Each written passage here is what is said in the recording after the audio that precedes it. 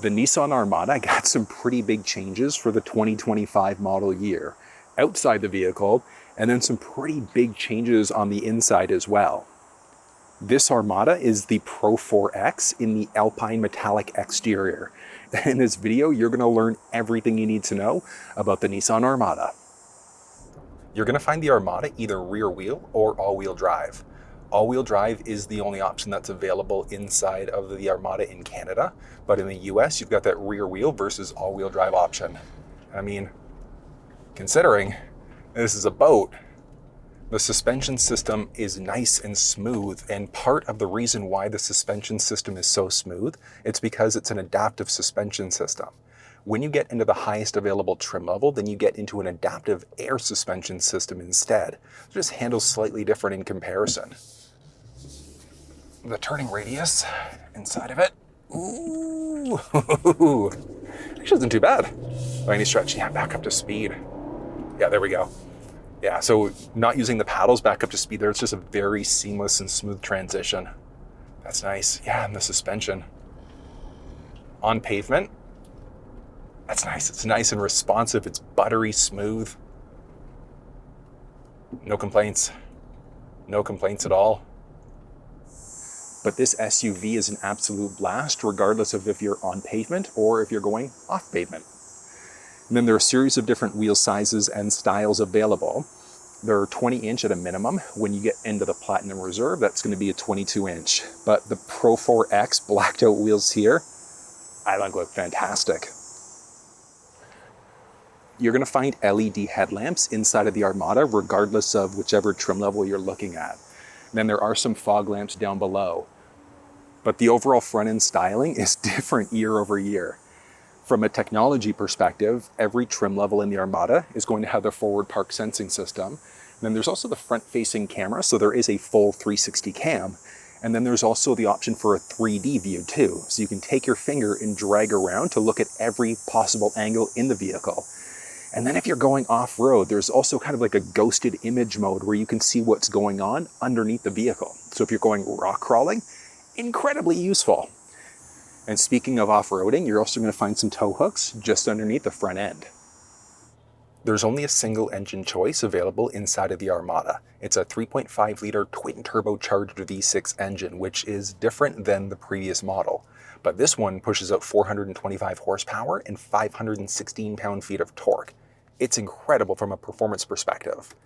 So let's get back up to highway speed here. I'm going to use the paddle shifters. We'll go in 3, 2, and...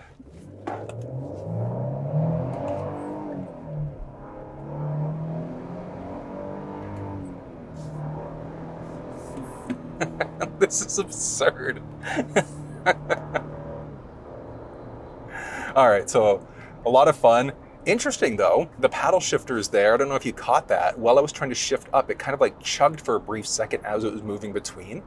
I have a feeling that if I didn't rely on the paddles there, and if I just used the regular sport mode that I was in, that actually probably would have shifted a little bit better. But, I mean, how do you go wrong? A 3.5-liter twin-turbocharged V6. The power there is excellent. And then when you compare this to something like the Ford Expedition, the power output torque is slightly higher inside of this vehicle compared to the Expedition. The horsepower, pretty much neck and neck between them. I like what Nissan's done underneath the hood here. You've got a little engine cover, and then if you're doing some work yourself, you can easily change your oil, and then there's easy access to top up your wiper fluid along the left-hand side. And then just do yourself a favor, perform regularly scheduled maintenance. Regular oil changes are a big thing. And then with turbocharged engines, you might have to change out your spark plugs a little bit more frequently, but stay on top of maintenance, and this vehicle will treat you well. There are power folding side view mirrors that have turn signals built in. They've got the blind spot system. They're auto dimming and heated. You'll find some running boards inside of the ride with intelligent access. You can tap there in order to either lock or unlock the doors. I'll get to that interior in a second. There are 2 different speaker choices available inside of the Armada. It's either going to be a 6-speaker or there's the upgraded 12-speaker system in the higher trims. Driver seat memory is there with your basics, so your side view mirror controls, window controls, and some door storage. You've got this nice highlight that wraps all the way throughout. I like that red stitching that follows all the way through the dash, steering wheel, and the seat. These are the rubberized liners you're going to find from the factory. Way easier to clean these off compared to the carpeted mats. You're going to have power adjustable seats in every trim level.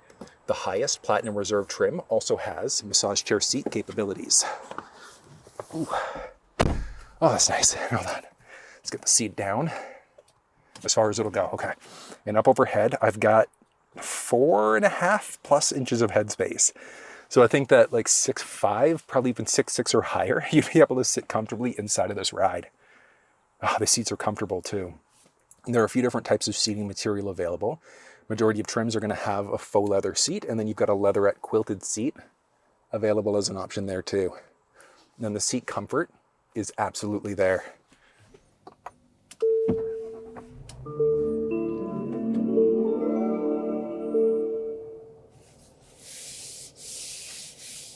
Looking at the steering wheel as well as the cluster screen inside of the Nissan Armada. In this video, I'm going to show you everything that you need to know. There are technically two different versions of both the cluster screen and the infotainment. If I'm able to get into one of those ones, you'll find a walkthrough down in the description of this video. But let's dive in and I'll show you what you need to know. First thing to point out is that the steering wheel inside of the ride is going to be power telescoping. So down by your left knee, you've got a toggle there to go in, out, up, and down in order to find that perfect position for you. Then once you've got your steering wheel set up, I'd also recommend getting your side view mirrors set up the way that you'd like to, so left versus right side.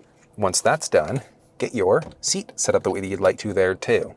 And then you're just going to tap set, either 1 or 2 for it to remember your own personal profile. So if you've got multiple people driving the vehicle, you can hop in order to reset it back to whatever you'd like to there. And then there are a few other buttons that you need to worry about here too. So you've got your electronic parking brake. You're just going to pull towards you in order to be able to turn it on, push the brake pedal, push in order to be able to turn it off. There's the auto hold setting. So with that one enabled, if you come down to a complete stop, you can take your foot off the brake pedal and the vehicle is not going to move. Up overhead there, there's a hot button push in order to turn that lane keeping system on or off, so your steering assist. And then you can also open and close the liftgate from there. If you had a head-up display, you'd have some additional buttons on top of that. The steering wheel inside of the ride is also going to be heated. You can toggle your heated steering wheel on right here. So it's a single level for the heated steering wheel inside of the ride, but it's heated all the way around. And then there are so many different buttons. So your camera button here is actually multifunction. If you just do a light tap, that's going to bring up your 360 cam. And then you can keep on pushing in order to get to a few different views. So your side view, front views, etc. And then you've got this view, but I mean, that's really cool. So if you're going off pavement, but if you tap the 3D option here, that brings up this mode. So if you wanted to, you could move into individual elements of the vehicle, but you can also take your finger and swipe across that way instead. You can hit the gear icon there in order to get to some additional settings. So showing your different camera options, etc. And then just button push to get rid of it again. If you take that same button, if you do a push and hold, that's going to change you either between the daytime or the nighttime mode. You've got your volume rocker. You can mute audio this way, so toggle it on or off. You've got your 4-way blinkers, change between songs or stations.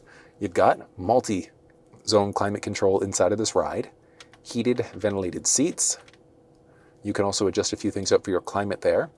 There's a shifter or dial here in order to be able to get to a series of different drive modes. But I mean, look at this. Standard is going to be more of like your just day-to-day driving. Eco to get better fuel economy, so best possible economy. Sport is a blast. It gives you the best possible performance. Rather than the car shifting at maybe like 2,000-3,000 RPM, it'll probably hang off until 4,000 or 5,000 plus. It is a blast. Tow mode is obviously if you're towing. When you put it yourself into rock mode, you can see there, rock crawling specifically, and then you've got your 4 high setting that it puts you into. Sand, mud, snow, these things are all going to play with traction control, stability control, the height of the vehicle, things like that. So I love, as you adjust that out, how it shows you what's going on here. And then there's also your downhill brake control there too. Then what I'd recommend here, keep yourself in auto mode the majority of the time. And the reason why is because the vehicle is going to figure out if you're 4 high, 4 low, etc. 4 low, really the only time you want to use that if you're going off-roading, like rock crawling specifically, if you're heavy towing, pulling a boat out of water, things like that. And then your 4 high is going to be for highly slippery, snowy conditions. There's a rear axle locker, and then you can also toggle your traction control system on off. Series of different options here for your gears. I love the buttons here. So park, reverse, neutral, drive, and then when you tap drive, you can tap again in order to get to a manual mode. The manual mode there, you could use that if you'd like to, but you've got control over it just using your paddles there. Auto height, so the vehicle can determine how high or low it sits. And then you've also got your start-stop system. So that's the one that's potentially going to kill power to the engine if you come down to a complete stop. If you toggle that one off, every time you turn the vehicle off and then back on again, you just have to tap that. And then there are so many different buttons and stocks that are available. So we'll start off with the buttons along this side. You've got the option of toggling your cruise control system on or off. And there are technically 3 different types of cruise control inside of the Armada. So it's either going to be regular old school cruise, there's adaptive cruise, and then the highest trim level, there's hands-free driving that's available. The hands-free driving is strictly going to be on highways or interstates, but using the system here, you toggle the system on this way and that puts you into adaptive cruise. But if you take that same button, so we toggle off, if you push and hold it instead, that gets rid of all of those safety systems and it puts you into a regular cruise control mode. So that's your old school cruise. So you set it at, let's say, 80 kilometers an hour. The car in front of you slows down, yours will not brake. Now, if you take that button again, off and then back on, that's when you get into the adaptive cruise control system. You set it at, let's say, 80, car in front of you slows down, yours will automatically brake. They change lanes, you change lanes, it'll pick you back up to your previously set speed. But using the systems here, whether it's adaptive, normal, etc., once you get up to the speed that you'd like to, so you just push right here in order to be able to set your speed. You then increase, decrease, 1 kilometer, 1 mile per hour at a time. You can push and hold up or push and hold down to increase, decrease at larger increments. You hit the brake to cancel your speed. You can hit the cancel button to cancel your speed, and then push up, down, etc. in order to resume your previously set speed. When you're in the adaptive cruise, you've also got a distance indicator with 3 unique levels.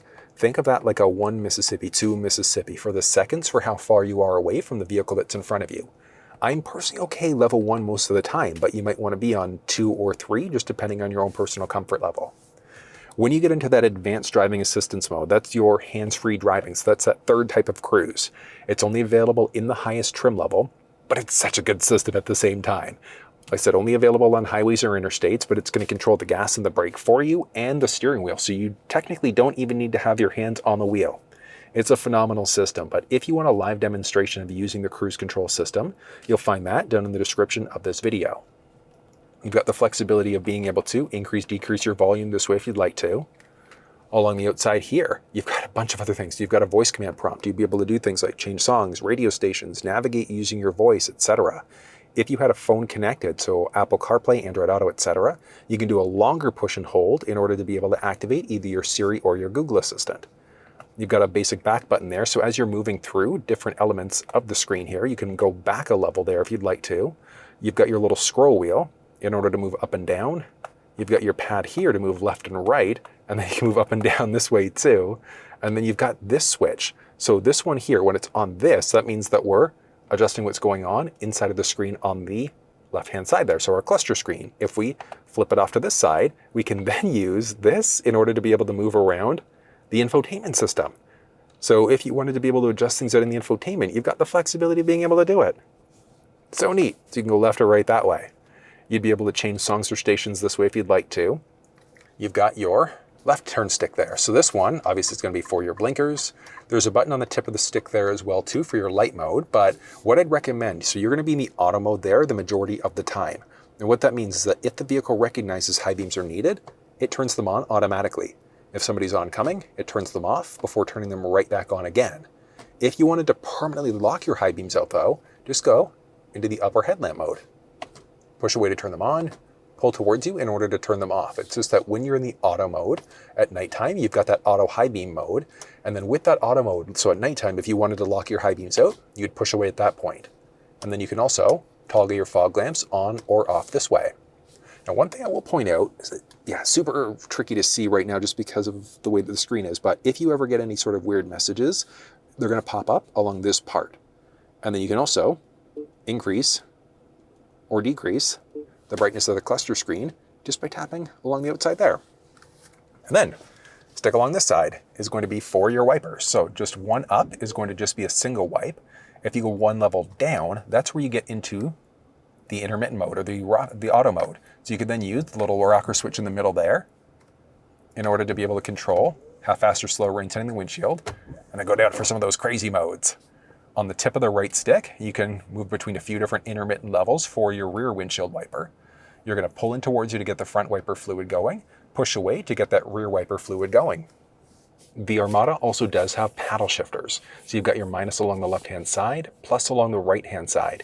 So if you wanted to drop gears in order to shoot up your RPMs to make it easier to pass somebody, you can do that.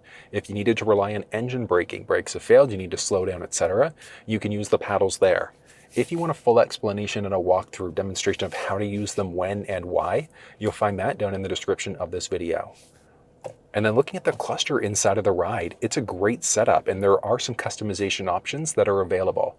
But before we get there, along the left-hand side there, you've got your tachometer.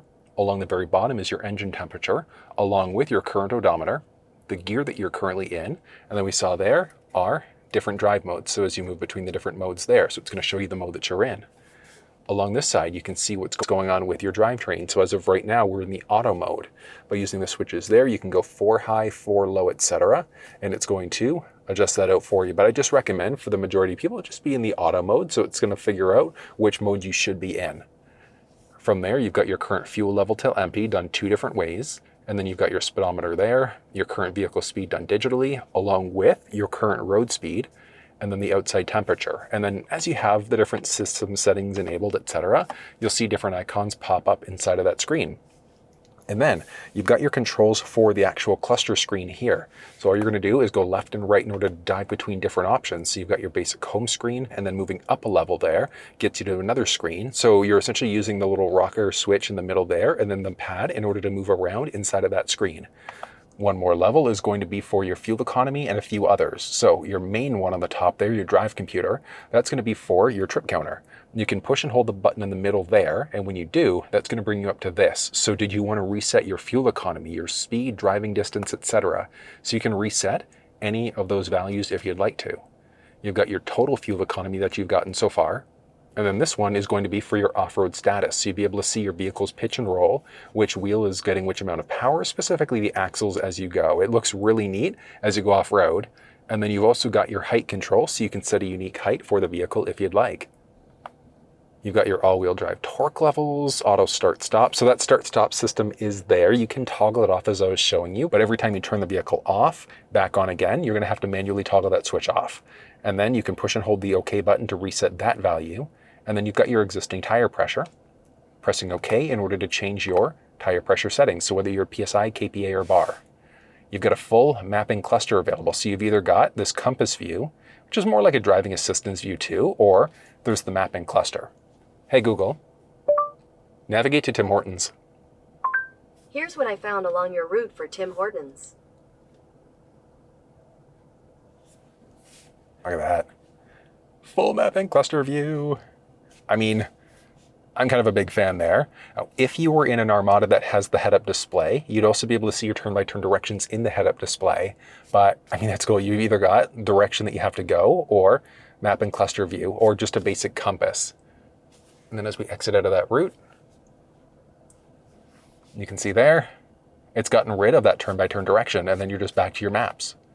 Shooting across one more level gets you your audio. You can push OK in the middle in order to change out your source there. So those are your active sources.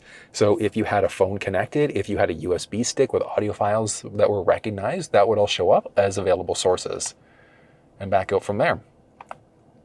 And then you've got a series of different safety systems here. So this one is going to let you know what's going on with your sensors. So you've got your blind spot system, if that's enabled, yay or nay. Forward collision, just in case of a potential collision, and then your lane keeping system. So if you hit OK, you've got your lane assist. So do you want to get a warning? So if you start to veer over into another lane without signaling, the warning is going to give you a notification that you're entering another lane without signaling.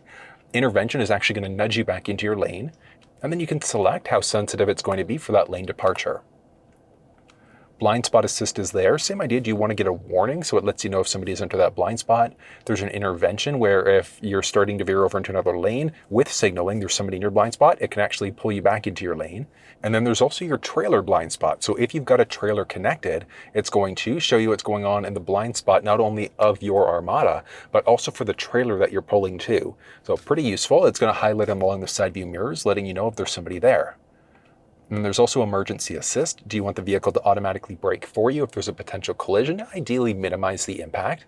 And then there's rear auto braking. So if you're backing up and there's an obstacle behind you, whether you see it or not, it's going to automatically brake for you. But you can toggle those safety settings off. And then there's also steering assist. So the steering assist, when you've got the ProPilot Assist, so the adaptive cruise control system enabled, what's going to happen is as long as the vehicle recognizes the lane markings, it keeps you perfectly balanced in your lane. It's an amazing system. And I was mentioning you've got the 3 different types of cruise control, but the steering assist would be for just the regular adaptive cruise, with the full driving on highways, interstates, just being for the highest trim. And that's going to control the gas, the brake, the steering wheel, etc. And then from there, the speed sign recognition across a level gives you a boatload of different settings that are available. So you've got your driving assistance with your intelligent cruise control. Do you want the speed to automatically be adjusted by the route? So you've got your speed limit assist here. So the way that works, you've got either off, manual, or auto. So let's say if the speed goes from 60 down to 50, it can automatically lower the speed for you if you're in auto. Or a manual mode is there too. So if you've got the cruise control system turned on and it drops from 80 down to 60, whatever the case may be, you can push down in order to be able to decrease your speed. If it goes from 60 up to 80, you can push up in order to increase your speed if you're on manual. Or speed limit assist, you can just toggle it off so that you don't have to worry about that whatsoever. And then the offset, are you okay with going over or under the speed limit, and by what speed? Lane centering is there, so you've got a few different places you'll see a few of these things. So same idea. Your lane assist, blind spot assist, and emergency assist are all in a few different places. Traffic sign assist, do you want to get your speed sign? Yeah, you can see that disappear there, yay or nay. And then do you want to get a warning if you're going a little bit too fast? Parking assist is there, so rear cross traffic alert if you're in reverse and there's a car coming perpendicular, so from the left or the right side, it's going to let you know of a potential collision. If there's a moving object in behind you there, your front or your rear park sensing system, you ideally want to disable that, especially if you're going off pavement. So if you're going trail riding, things like that, because there's nothing worse than getting those sonars beeping at you all the time. And how close are you from that obstacle before you get a beep? Do you want it to show your sonar when you get too close to an obstacle? And then you've also got your volume. So at what volume are you going to get that beeping as you get closer to obstacles? Driver monitors there, so there is a camera that's going to be watching your eyes, and it's an alertness monitor. So if you look like you're drowsy, nodding off, whatever the case may be, the vehicle can actually let you know that you should probably take a break, so it's actively monitoring you as you drive. There are different temperature alerts and chassis control. Eco mode is there, and the eco mode is funny in a car that's this big, but you can essentially go into an eco drive mode if you want to, but then you've got a few different options for your eco driving. But then you can customize a few things for that eco driving. So you've got eco drive reports, your history, and things like that. With your tire pressure, do you want to be in either PSI, KPA, bar, etc.? Your clock, do you want to show that on the main screen? Yeah, that's actually a useful one. I'll keep that on. There are a boatload of vehicle settings, so power back door, you can actually have it so that the liftgate goes into a manual mode. So you'd still be able to use the release on the back, you just have to lift it up and do it yourself. There's lighting available, so when you approach the vehicle, do you want to get welcome lighting? When you go to lock the vehicle, do the lights just turn off, or do they stay on for up to 3 minutes? So useful if you need to illuminate getting you home at night. Options for locking, for selective unlock, is it just the driver's door that becomes unlocked or all doors? Do you want to get a beep when you go to lock the door? When do you want the doors to automatically unlock? When you shift to park, when you turn the car off, or do you never want them to unlock? So it's good from a basic safety perspective. There's walk-away lock too, and then an unlock. So lock, unlock. So as you walk away, if you've forgotten to lock the doors, it can do it for you. As you go to approach the vehicle, it can also unlock the door. And then there's a switch along the outside door to be able to hop inside. So let's hop outside and I'll show you how a few of these things work. In order to remote start, just make sure the vehicle's locked first. Then you're going to push and hold the top circle button for a few seconds. That's going to start the vehicle up. In order to cancel the remote start, push and hold that circle button in order to do it. Now, in order to get into the trunk, you can push and hold the button here in order to be able to do it on the fob. Just underneath the second A in Armada, there's a button there. There's a foot activated option too. But from the fob, you're just going to push and hold that circle button in order to do it. Then you can also set a unique liftgate height. So you're just going to drag this to whatever height you'd like to, and then just push and hold the button here. And now the liftgate wouldn't open up past that point. And then just button push to close. Now, there's one neat key fob trick that you can do, and that's rolling the windows down. In order to do it, just double push the unlock button and just hold on the second push. So you're just going to go 1, 2, and hold. If you release, it pauses the process, so just double push again in order to keep it going. And that's all 4 windows, but unfortunately, not the sunroof. So those are all pretty neat settings. I do really like the walk-away auto lock, just in case. For your wipers, you've got rain sensing available. So if the vehicle recognizes rain's hitting the windshield, it's going to turn those wipers on for you. You can also have a reverse link. So if you shift yourself into reverse, I don't know why I'm showing you this. Yeah, but you've got your sensors there. But with the reverse link, if you've got your front wipers going and then you put yourself into reverse, it's going to turn on those rear wipers for you. And then drip wipe, it's going to go through the whole wiper cycle and then wait until the end, go one more time to get rid of any excess liquid that might be there. Driving position for your driver's seat. So with these, steering wheel and then your seat, when you go to turn the vehicle off, it's actually going to push the steering wheel forward, back the seat up in order for you to get in and out of the vehicle a little bit easier. Rear door alert. If you've opened up the second row doors, you turn the vehicle off, you'll get a notification. So it'll either just be an alert or horn and alert. So benefit there is that obviously you've got a little one in the back, fuzzy friend, whatever the case may be, you've got that available. And then your side view mirrors. Do you never want them to auto fold? Or do you want them to unfold when you start the vehicle? Or do you want them to unfold when you unlock the vehicle? Different options for your towing. So you can do a trailer light check, which is useful if you're pulling a trailer. You can select a trailer. So if you've got multiple trailers that you've added in. Big benefit there is that it walks you through everything that you need to know about actually setting up a trailer. And the benefit of having your trailer set up, we saw that trailer blind spot system. So if you've got your trailer information set up there, automatically covers the trailer blind spot for you too. You can customize the display a little bit, so you can change it into a meterized view. I'm not a big fan of that view myself, but one of the nice things about having that view is that you've got a fuller mapping cluster when you're there.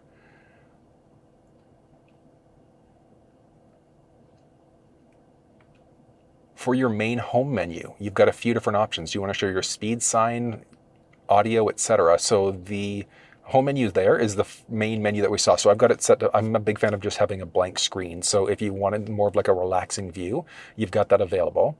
You've got your ProPilot Assist display. So do you want that actually showing up inside of the cluster screen? Yay, nay. A welcome effect. So when we first turn the car on, you got that welcome animation and sound. You can toggle those ones off. And then operation guidance, the big ones here. So you've got some basics for your wipers. Do you want to toggle those on off? Same thing with your lights. High beam assist is there too. And that's the one where you're in the auto mode at nighttime. It automatically flips the high beams on for you. But I've shown you there, you're just flashing your high beams otherwise. And then do you want to toggle the seat memory system off completely? So you've got that flexibility if you never want to use seat memory. There are some options for your measurement units. So do you want to be in either kilometers or miles? It's one of the benefits of a digital cluster. Just changes everything out. You can change up your tire pressure, whether you're in Celsius or Fahrenheit, and then your language, so English, French, or Spanish. And then there's also factory reset. So if you've played around with the settings too much and you don't like what you've done, you can do a reset in order to bring it back to the default settings for everything that you've set up there. Looking at the infotainment system inside of the Nissan Armada, there are technically 2 different versions of the infotainment system that are available, and there are 2 different versions of the cluster screen too. But if that walkthrough is available on the smaller cluster in the infotainment, you'll find it down below. The cluster is going to be fairly similar, but the infotainment here is going to be Google-based. Along the top of the infotainment system, you can tap in order to be able to adjust your clock. You can see your connection level there. You can tap this to see if there are any notifications that are available. Tap here to get to a boatload of settings, which we'll save till last. There's a quick launch tray too, so you can adjust the screen brightness if you'd like, toggle the display off, back on again, toggle a vehicle hotspot on or off. You need an active data plan to use that. You can swap between either a day or a nighttime mode, which is very visible when you're on the map screen. I'll show you that in a second. You can also adjust out your treble, mid-range, and bass this way too. And then just hot button push in order to adjust out your balance and fade. I love that they've adjusted that. Actually, one other thing I should have pointed out, you've got your hot button push to get to different user profiles. The benefit there is that if you've got multiple people driving the vehicle, you can set up individual profiles, and you can also look at adjusting out your profile here too. So you can lock it in to an individual key fob. So you walk up with a unique key, it can launch into your profile there. You can activate your Nissan Connect services. You can even add in security. So if you wanted to add in a pattern, PIN, or a password to lock out your profile, you've got the flexibility to do it. So if you've got multiple people driving, that is very useful. And technically, even if it's only you, I would still probably recommend putting in the security so that someone can't just hop into your car and look at all of your settings. Pretty neat. And then you can switch your users, delete, or set up your full user profile there, including editing your name, picture, things like that. Pretty useful. And then, I actually probably should use the buttons along the bottom. On the bottom there, you've got your current temperature, whether or not you've got your climate control settings enabled, disabled. There are hot button pushes to get to things like your map, your audio, phone, your basic home screen there, your climate settings. So you've got all of your digital climate settings that are baked right into the screen, but just underneath, you've got physical buttons for everything there too. So adjusting your fan speed, adjusting your climate there on top of that. And then, change the fan speed to 3. Okay, changing the fan speed to 3. You can adjust climate using your voice. There are so many things that you can do. I love that this screen is now Google-based. And then you can tap that in order to get into your Google Assistant, or this icon in order to get to some additional apps that are available. Hopping back to the home screen there, you've got so many options. I love this new Google-based system. It is so quick. Nissan, nicely done. But let's kind of dive in. I'll go line by line and show you what you need to know. First one is going to be factory navigation. So factory nav is Google Maps, so it's no different than using Google Maps on your phone. You can easily search for addresses, so GPS coordinates, latitude first, longitude second. You can search by point of interest icons and so many other things. So if we just look at this big button there. So you could search by point of interest icons that way. You could technically do it using your voice too, but if we look at one, it's a bit further away. You can tap this to see the different route options that are available. So if you wanted to take a different route to get to your end destination, you can avoid things on your route. So do you want to avoid highways, toll roads, ferries, etc.? You can do that. Hopping back, you can also add in an additional stop. So if you need to go 3, 4, 5, 10 different places, you can add different things in. I mean, I love it. This actually is a fun little conservation area here. I'm definitely going to be going off-road with this thing. So let's add that into a stop. So grab a coffee, go do a little bit of off-roading, and then just tap done there, or edit, in order to be able to adjust out the order of the destinations. And like I said, adding multiple destinations. Once you've got that set, you're just going to tap done, and then just start. From here, you could tap this in order to see different route options, exit that out, searching for addresses, or tapping this in order to see your route details. If you were to tap X now, you can either remove the next stop. So if you've got 3, 4, 5 different stops set up, you can remove the next stop. So now we're just going to that end destination, or just tap X in order to cancel it out completely. You can hit this in order to be able to minimize it. You can search using your voice that way if you'd like. You can tap this in order to show traffic if you prefer the satellite view. So if you prefer terrain view, 3D options, etc. Route options. So if you wanted to globally avoid highways, toll roads, or ferries, you can download offline maps. So if you know you're going somewhere where you're not going to have an active data connection, you can automatically download the maps there so they'll still work. Then there's some basic privacy information. Do you want to get turn-by-turn directions, so alerts, yay, nay? You can adjust up your heading type. There's full pinch to zoom capabilities, or you can zoom in or out this way, recenter it back on you. The icon along the top here, if you tap that, gives you the flexibility of signing into your Google account. So if you've been using Google Maps on your phone and you've been logged into your Google account by doing it, you'd be able to see all of the search for addresses right inside of the infotainment system here too. So it's a fairly seamless transition one way or the other. I love it. It's really simple using factory nav inside of the ride.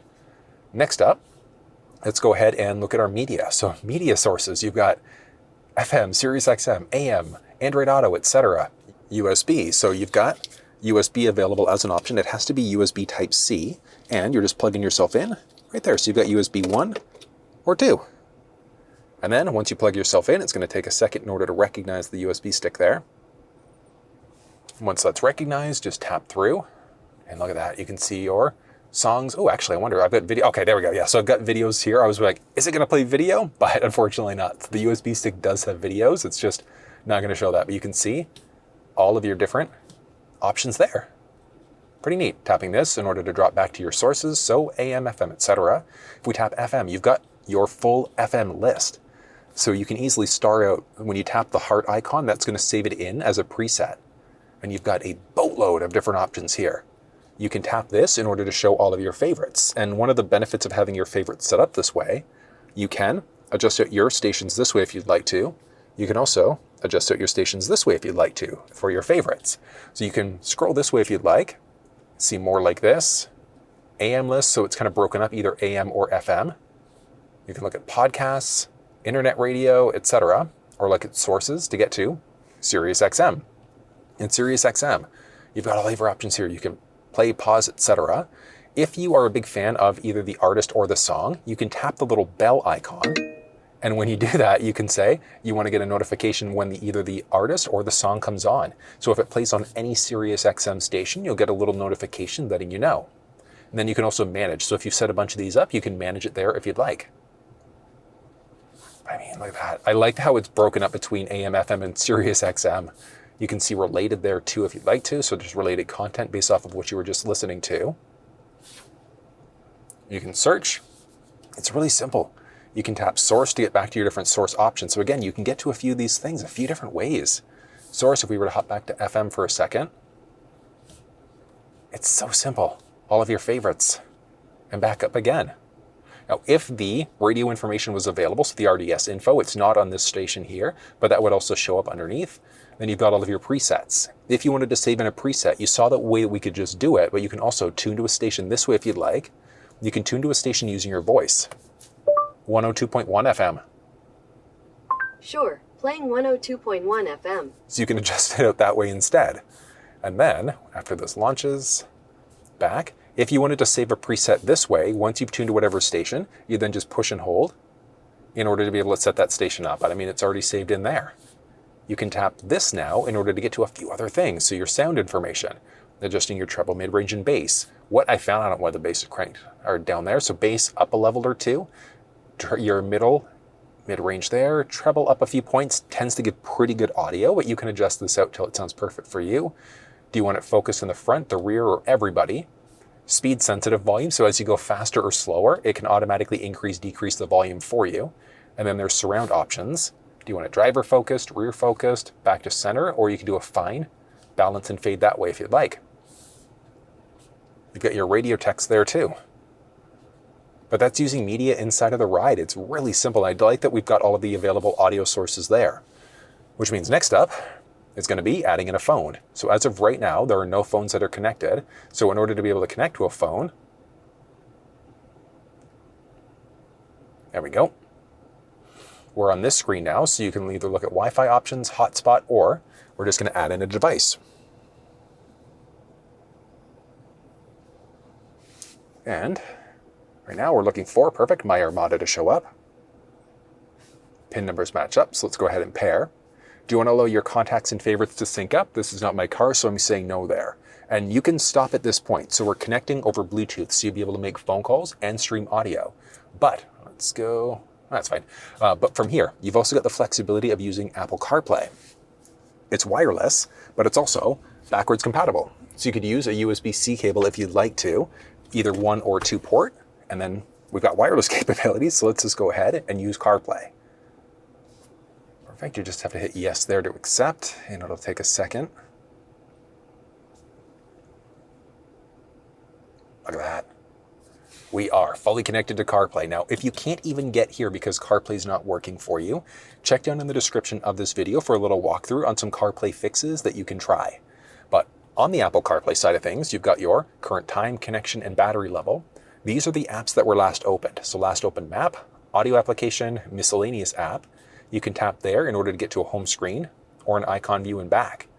This home screen in CarPlay is pretty much fixed into place, so it's not really customizable, but this is going to be whatever map was last opened. Your search box and your audio box would be there stretched across unless you have a calendar notification coming up to date that hasn't passed. If you don't have a calendar notification, that just wouldn't be there. Swiping across, you've got all of your different icon views there too. You've got Apple Maps, Google Maps, and Waze that are available. Downside though, still no pinch to zoom capabilities. You can easily zoom in or out. I'm a big fan of using Waze because you can obviously see live traffic. If there are police pulling people over, so speed traps and things like that, you can give people a heads up. So if you see that there's a speed trap, crashes, etc. Back to our icons, you've got YouTube music that's available, VLC, Live One, podcasts, etc. Strictly YouTube music. You don't have the flexibility of being able to use YouTube video through this screen. That's one thing I'd like to see changed. It's just not available at this point. But so many different options. You can even kind of customize this screen a little bit. So we tap here, you can see that miscellaneous app icon has changed. Put yourself into driving focus. You can adjust the wallpaper. So if there's a color scheme that works better for you, you can adjust that out. You can adjust the basic appearance there too. Like, so many options. It's neat. There's also a voice command prompt on the steering wheel. So if you just do a light tap, that is going to bring up the assistant for the vehicle. But if we take that same button, if you do a long push and hold, that activates your Siri assistant. Then you've got the flexibility of customizing this icon layout too. So on your phone, what you're going to do, hop into your settings, go to General, CarPlay, find your vehicle, and then you're going to hit Customize. All you're going to do, just drag and drop if you wanted to be able to adjust out the layout. You've got that flexibility. Now, anything with a minus arrow next to it, so that minus button, you could actually remove it from the screen, add it back in as necessary. But if you've played around with the layout too much and you really don't like what you've done, along the top right side of the phone, there's a reset option. So you tap Reset, Reset, and that just brings you back to the factory default layout there for the icons. Nice and simple. If you hop out of CarPlay, you could hit the CarPlay icon now to hop back in.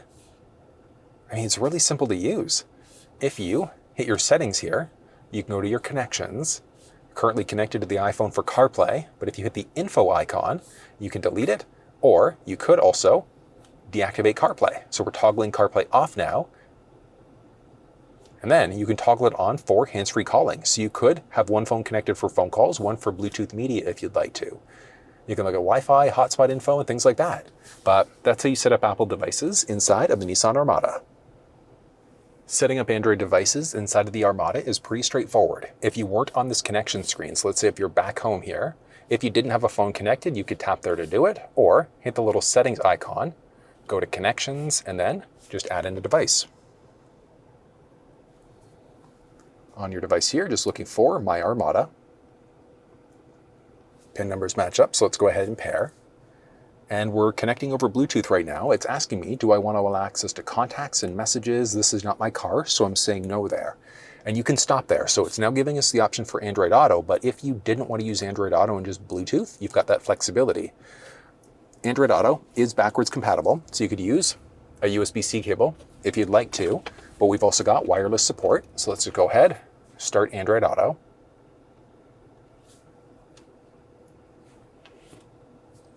On my phone now, it's asking me, do I want to connect? So let's go ahead.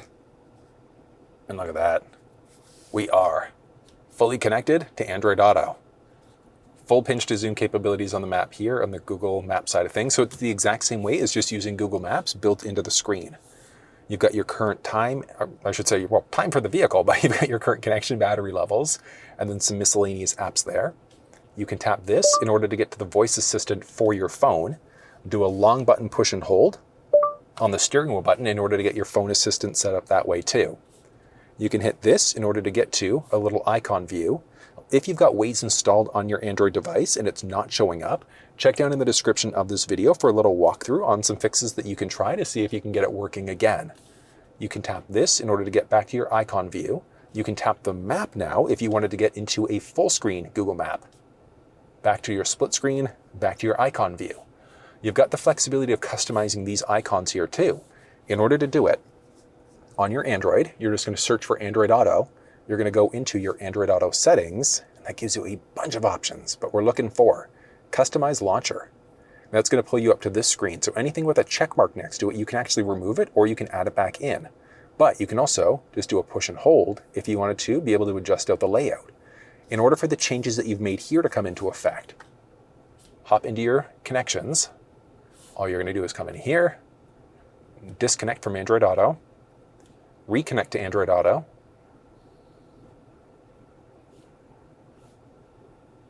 boom, there we go. And hopping inside there, you can see that the changes that we've made have now come into effect. If you go back into your connections again, so you've got both phones that have been connected. If we hit the little info icon, you can deactivate Android Auto, and then we're currently connected over Bluetooth to the Android specifically for hands-free calling. If we tap the iPhone, you can also have it set up. So what we've done is we've connected to the iPhone for Bluetooth audio, but we're connected to the Android as well. So you can do a little mix and match, or hit that, delete, and yes, in order to delete devices from the vehicle. Same idea, we'll hit info, delete, and yes. And both phones have been disconnected. But it's that easy setting up Android and iPhone devices inside of the Armada. You can connect to a Wi-Fi network at home if you wanted to download offline maps, updates, etc. You can toggle your vehicle hotspot on or off. You can hit this in order to see your vehicle hotspot setting, but you do need to have an active data plan in order for the setting info to be able to work. If your phone was connected, that would be active, but it's grayed out because there are no phones actively connected. You can go to a series of general settings. You can adjust out some sound settings, which we've already seen, so adjusting out your bass, mid-range, treble, etc. You can adjust out some different system volumes too, so as you use the rocker down in the middle, you can adjust out your guidance volumes, your ringer volumes, how high or low do you want your call volumes or your voice recognition to be, and then beeps. So you want to get that beep, yay or nay.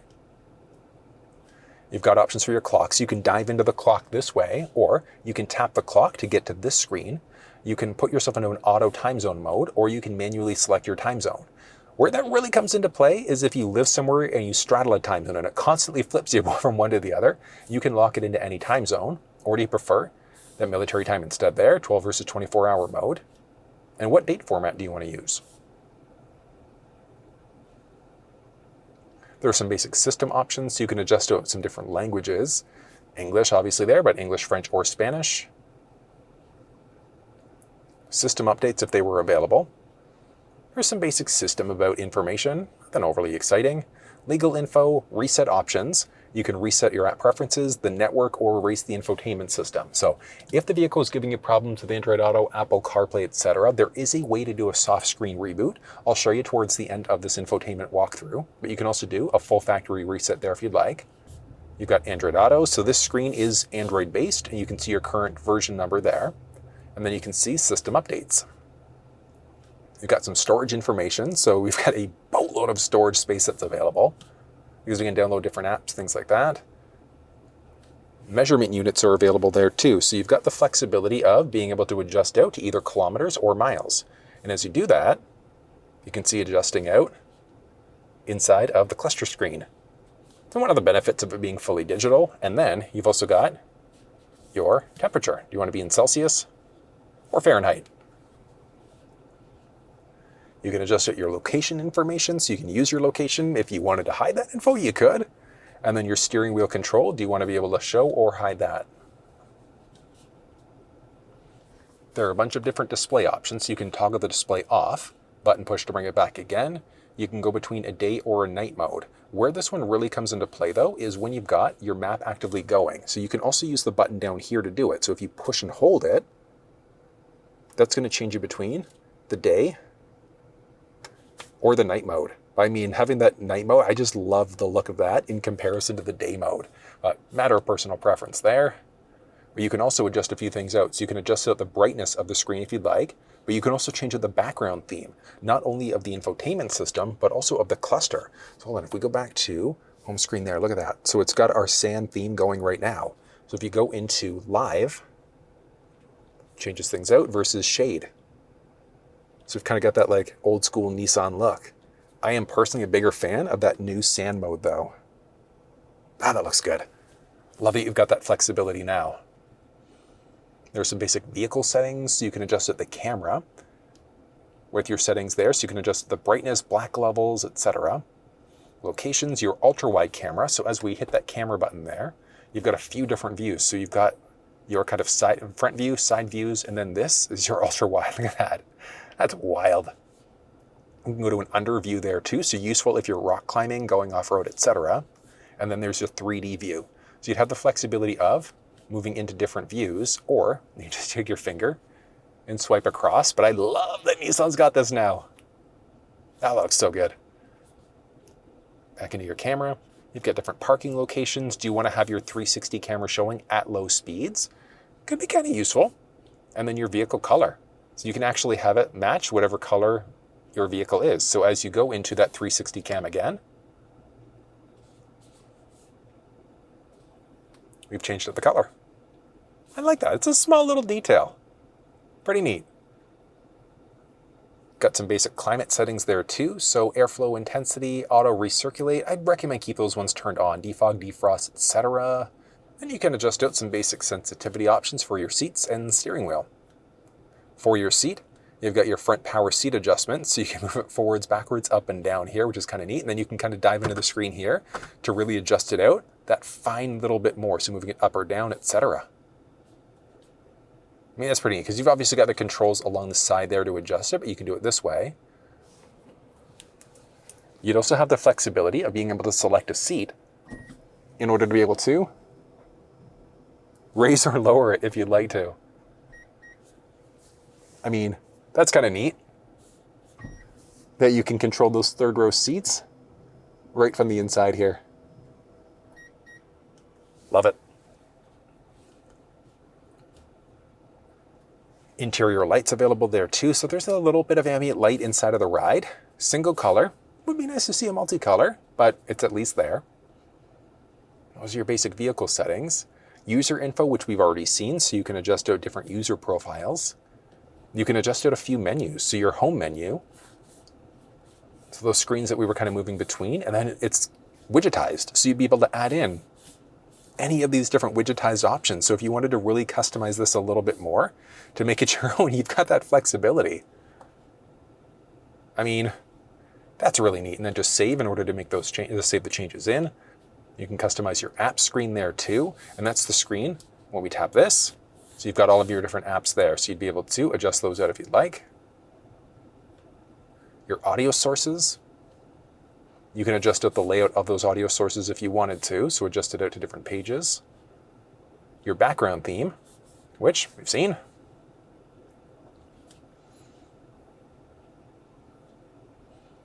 Apps and notifications, there's nothing exciting there. Your voice assistant, you can change between either Google Assistant or Alexa. Obviously have to be logged in to have your Alexa account going there, but that's available. There's some options for Nissan Connect services. You can adjust some things out for your privacy, so you can turn the microphone off completely, adjust out your location data. You can say whether or not different apps have permissions to be used. There's an ads manager there, so if you're using Google Maps, you might see the occasional ad pop up, specifically for different locations that you should check out. There's some security information, so choosing a lock type, so pattern pin or a password for your profile. Some basic Google things, so ads manager, password manager, sending feedback to Google, and then a few accessibility options. Oh, that was it. Perfect. And then from there, so you've got your app screen there, which gives you a few other options. So you've got your interior light for that ambient light. Dashcam is available there too, which, I mean, I love that you've got an actual dashcam built in. You can toggle it on for the inside. Oh, hello. The inside camera there, where you can record things, take a photo, and then you can look at photos if there's an event recorder, so something crazy's happened, whatever the case may be. And it looks like front and rear dash cameras that are actually recording now. Amazing. It is about time that there was a built-in dash cam. Love it. And then you can delete files as necessary. And then you've got this in order to adjust some things for your dash cam, so you can have it automatically record videos, sound, etc. If there's an impact, is it going to record? Yeah, actually, that would probably make sense if there's an impact there. And then, how long is it recording for? So a minute at a time. Wi-Fi transfer, yay, nay. Dashcam system. So you can have it record to an SD card. There's your front, rear camera, and then inside cameras. That's so cool. It's actually utilizing the camera. I've been saying this for the longest time that I would love to see a company actually using this. So it's cool to see that Nissan's finally kind of taken this and they're actively using it. Love it. From there, you've got your Play Store. The benefit of the Play Store, so when you sign in, you'll be able to download additional apps directly to the vehicle. You've got your Google Assistant there, so you can tap to do it, hit the voice command prompt on the steering wheel, or say, "Hey Google," in order to activate your assistant that way. There's a hot button push to get to Google Maps, your connected services. Let's see, user profiles, GPS position, so if you've gone off pavement and you've kind of gotten lost, you can give somebody your GPS info if you need it, need a tow, whatever the case may be. Got some basic system information here too, so some not overly exciting info. All settings, which we've already seen, and then Android Auto, Apple CarPlay, or put yourself into a demo mode to see everything else. And then let's say if the screen's giving you problems, so saying Apple CarPlay's not working, Android Auto's not working, or there's some other issue, it's just giving you weird bugs, you can do a full factory reset if you want to. So under System, and then Reset. You can reset network or erase infotainment data, but the downside there is that it's going to wipe out all of the information that you've saved if you do a full factory reset. What you actually want to try first is a soft screen reboot. In order to do it, you've got your little volume rocker just right in the middle here. If you take the power button in the center, you're just going to push and hold it.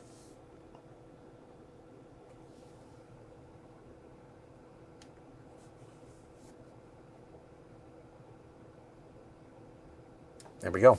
So after about 10 seconds or so, 15 seconds, it's going to turn the screen off. And what we've done is entered a soft reboot cycle. It's the same thing as doing a soft reboot or a reset on your phone. So what we're doing is clearing the cache. And that should solve the majority of issues that you're facing. Like I said, Apple CarPlay's not working, Android Auto's not working, factory navigation's giving you problems, whatever the case may be. That's what you want to try first. So you're going to do your soft screen reboot first. If the soft screen reboot doesn't work, then you're going to be doing that full factory reset. And then if the full factory reset doesn't work, the next step from there is going to be taking it into your Nissan dealership. There's a wireless charge pad, a few USB power points with a little slidable tray. The Nissan badge, or the Armada badge there, I should say. The armrest there has a good amount of space. Shooting across, that same red stitching follows all the way through. It's a nice little highlight in the dash there. A little bit of wood grain down low with a fully lockable glove box there too.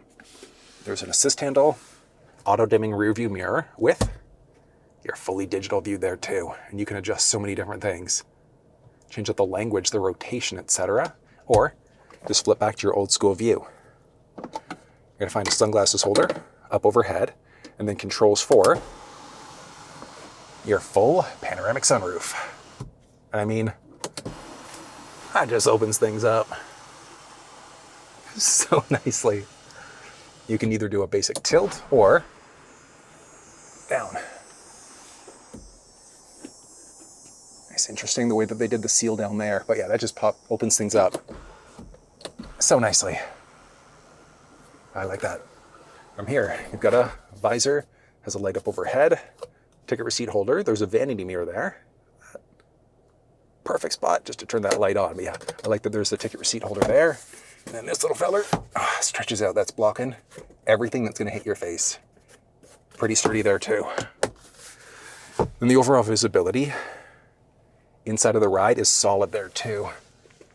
Shouldn't run into too much of an issue there with the pillar, but I think they did a solid job in the interior here. This new dual screen setup, it's in a few other Nissan models. It looks great, incredibly functional. Let's check out, put me back into seat memory, there we go. All right. Take a look at the second row. All right, now one thing I'd like to see too, there are no window shades.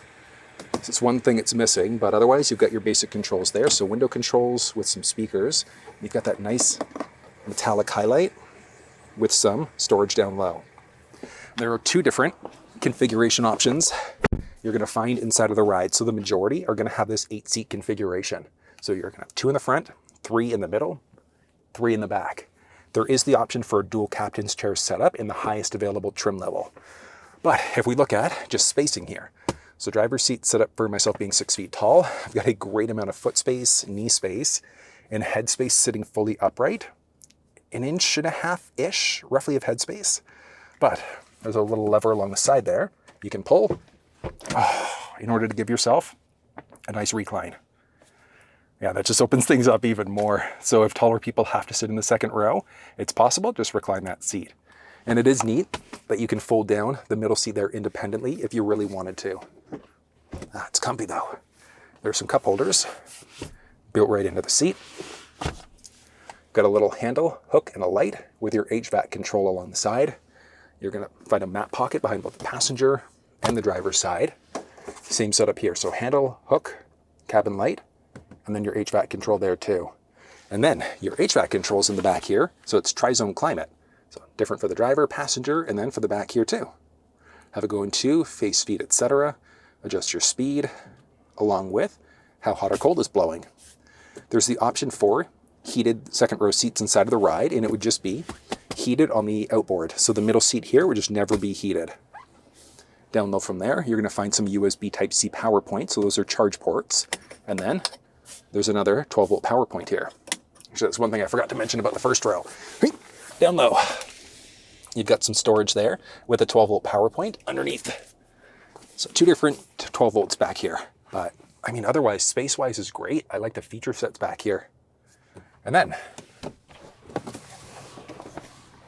getting into the third row. I mean, obviously, if you had the dual captain setup, you could easily pass through to that third row. Outside of that, along the top, pull and slide. Super simple. And then just grab and pull back. I mean, that's easy enough. So this is obviously as far back as it's gonna go. And if we look in the third row here, so it's tight. So I'd say like 5'9", 5'8" maybe, to sit back in the third row of the ride. So that's one thing that's different from something like the Expedition, where I could fit comfortably inside of the third row. It's pretty tight in the third row here. But there are some pretty neat features back here. So you've got power point in the back. You can also fold those third row seats down in the back if you want. HVAC control with a handle. Overhead light there too. So with this little feller, you can actually recline the seat. Yeah, even reclining the seat. So same thing, I'd probably say like 5'9", 5'10", probably comfortably sitting in the back here. You've got all of your tether points there. Anchors, tethers behind the third row seats there too. And then getting out, all you're gonna do, grab and push. In order to do it, and then just back down from there. And then you do have the flexibility of pulling this if you wanted to. Just slide the seat forwards or backwards. You're gonna find LED tail lamps inside of the Armada stretched across. They do look pretty solid at nighttime. Technology-wise, you're always going to find the reverse park sensing system. There's a backup camera, and then the rear wipers there too, along with a higher mounted camera for a fully digital rear view mirror. Towing inside of the Armada is possible, and you're towing up to 8,500 pounds. So boats, trailers, things like that, you're not gonna have an issue inside of this ride whatsoever. And if you're comparing it to the competition, the Expedition maxes out at 8,700 pound towing capacity. So the Armada is essentially neck and neck. And then getting into the boot of the ride can be done a few different ways. There's a button to the left-hand side of the steering wheel. You can use the key fob to do it. Just underneath the second A in Armada by the backup camera, there's a button there that you can push. And then there's also a hands-free liftgate too. So as long as you've got the key fob on you, all you're gonna do is swipe your foot in the back. Useful. And feature-wise in the back, along the left-hand side, you're gonna find a regular wall plug. Along the right-hand side, you're gonna find a boatload of buttons for folding down the second, third row seats. And then there's also a button to be able to adjust the ride height, so you can lower or raise it as necessary there. There's a little storage tray in the back that you can lift up, and then there's a lower one that you can pull out too, in order to gain access to the jack stand. So if you ever pop a tire, puncture a tire, etc., you can change that out yourself. The tire is located just underneath the vehicle. The jack stand is there. But you also do have access to Nissan roadside assistance, just in case. And then folding down the second, third row seats is a power process from the trunk. The second row can be folded down manually from the sides, but from the trunk here, you can fold down the left or the right side independently. It's just a light button push and then a very slow drop forward. And then folding down the second row seats can be done from the back, power release. So all you're gonna do is just button push, and that can fold them both down together on the left side. And then it's a 60-40 both for the driver passenger. But you can also fold down that middle seat independently if you'd like to. And there is a solid amount of space inside of the second row of this ride. The cargo measurements that you're looking at, the ones specifically behind the first row, I measure from right where the trunk door would close to just in behind the little armrest between the first row seats. So if the driver's seat, passenger seat were forwards or backwards, you might gain or lose a little bit of extra space. And then the second row seats can also be slid backwards or forwards. So you might gain or lose a few extra inches there too. But solid amount of space inside of the ride. The second row seats have to be manually brought back up again. Just gonna lift. And then the middle seat has to be manually raised too.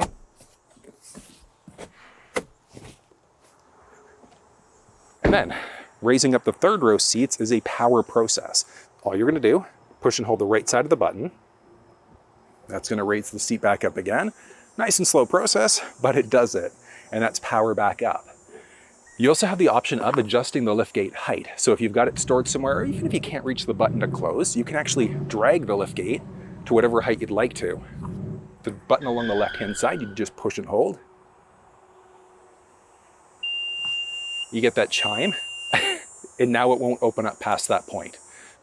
Filling up fuel inside of the Armada is done just along the driver's side.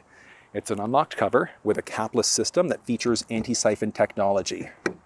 Looking at the fuel quality inside of the Armada, minimum manufacturer's recommendation is technically just 87 octane. So 87 is all you need to use inside of the ride. Need versus should are two different things though. What should you use? It's a 3.5 liter twin turbocharged V6. So ideally, if you can afford it, you're looking at a minimum 89 or a 91. And one thing I would absolutely recommend is that if you're towing inside of your Armada, use a 91 octane.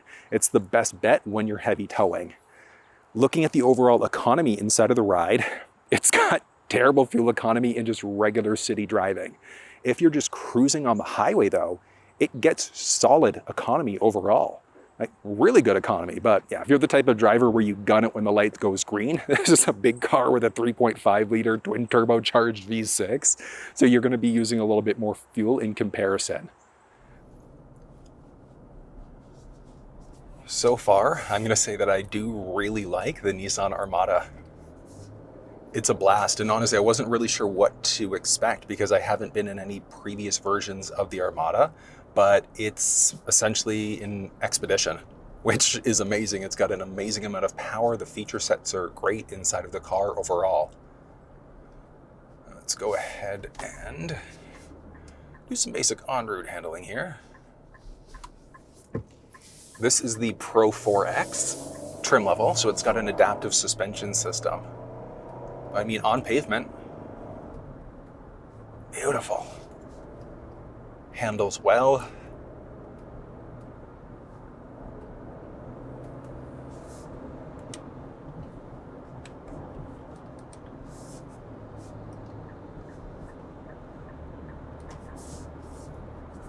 No complaints there. Getting up to speed was good. The seats are incredibly comfortable inside of the ride. And I gotta say, it's fairly quiet here too. It's not the most quiet Nissan that I've been in. You hear like a little bit of ambient road noise, but it's fairly quiet inside of the ride. And that was everything you needed to know about the Nissan Armada. You can find the build details for this one down in the description with links off to Nissan Canada and US. But if you found this video useful, give it a thumbs up, share it with someone if you think they might find it helpful. And until I see you next time, take care.